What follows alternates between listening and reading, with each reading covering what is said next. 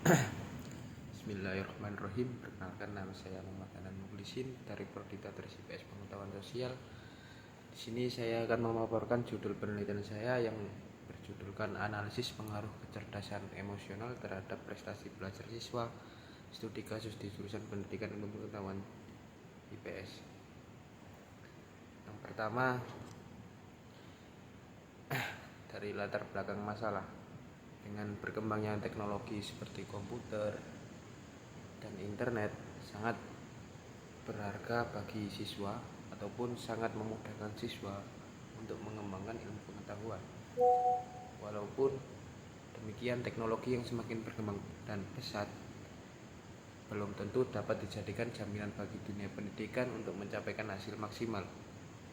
Seperti yang sudah kita ketahui bersama bahwa Undang-Undang Nomor 20 Tahun 2003 tentang Sistem Pendidikan Nasional Pasal 3 menjelaskan bahwa pendidikan nasional berfungsi mengembangkan kemampuan dan membentuk watak serta peradaban bangsa yang bermartabat dalam rangka mencerdaskan kehidupan bangsa, bertujuan untuk perkembangan potensi peserta didik agar menjadi manusia yang beriman, bertakwa kepada Tuhan Yang Maha Esa, berakhlak mulia, berilmu, cakap, kreatif, dan mandiri, menjadi warga negara yang demokratis dan bertanggung jawab. Salah satu faktor yang dapat mendukung keberhasilan proses pembelajaran siswa ataupun di sekolah adalah sikap dan mental dari siswa itu sendiri yang disebut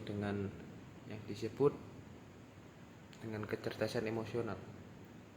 Dengan adanya kecerdasan emosional, siswa dapat mengendalikan emosinya dalam segala hal, terutama dalam menghargai diri sendiri, mengetahui kekuatan diri sendiri, berpikir sebelum bertindak, merasakan suasana hati, dan lain sebagainya.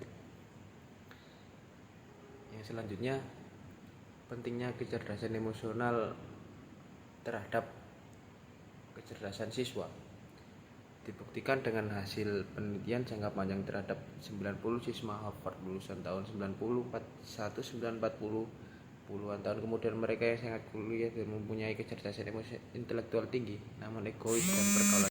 Yang selanjutnya, konsep-konsep yang dapat jadikan landasan teori untuk melaksanakan penelitian dan mendapatkan data, yakni yang pertama, cara belajar.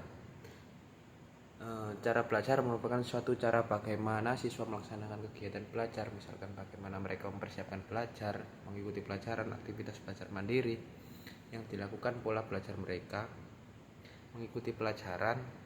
Kualitas cara belajar akan menentukan kualitas hasil belajar yang diperoleh, sedangkan cara belajar yang baik akan menyebabkan berhasilnya belajar.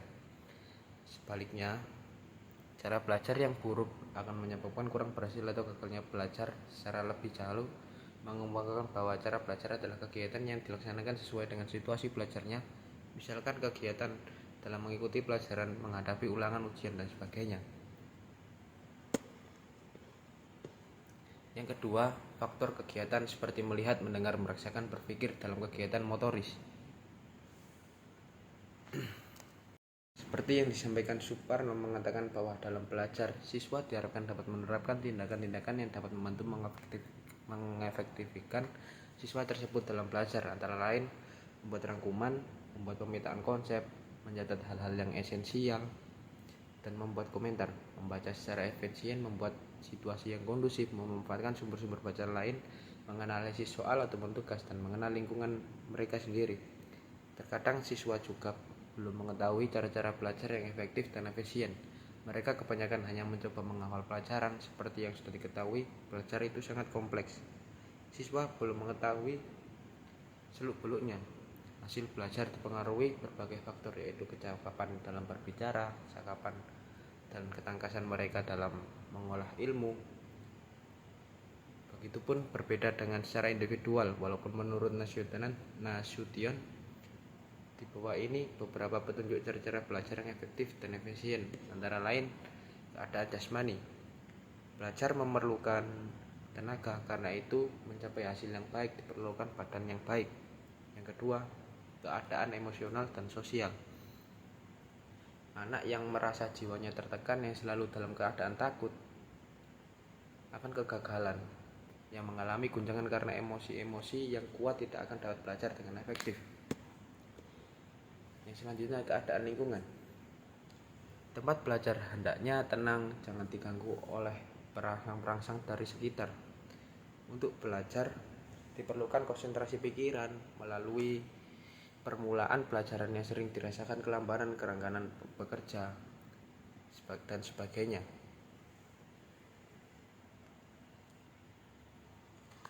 Yang terakhir, adakan kontrol dan selidiki pada akhir pelajaran. Kalaupun hasilnya kurang baik ataupun akan nyata kekurangan-kekurangan yang memerlukan latihan khusus, adakan persaingan dengan diri sendiri, niscaya prestasi akan meningkat, dan karena itu memupuk sikap yang optimis.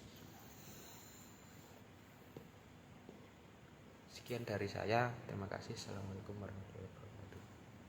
Selanjutnya, keberhasilan belajar dapat ditentukan oleh banyak faktor. Secara garis besar, faktor-faktor yang mempengaruhi keberhasilan belajar adalah faktor internal dan faktor eksternal.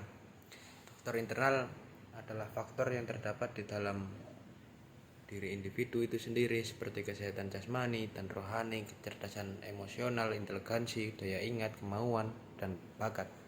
Sedangkan faktor eksternal adalah faktor yang terdapat di luar diri individu.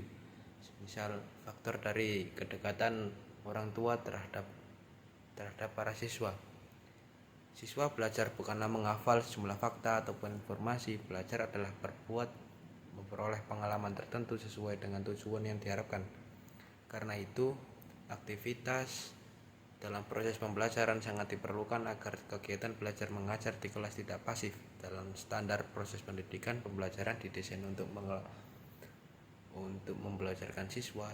Artinya, sistem pembelajaran menempatkan siswa sebagai subjek belajar. Pengajaran yang efektif ditandai dengan berlangsungnya proses belajar. Proses dapat dikatakan berlangsung apabila secara sekarang dapat mengetahui atau melakukan sesuatu yang sebelumnya tidak diketahui oleh siswa, ataupun keberhasilan belajar tidak akan tercapai begitu saja tanpa diimbangi dengan aktivitas belajar.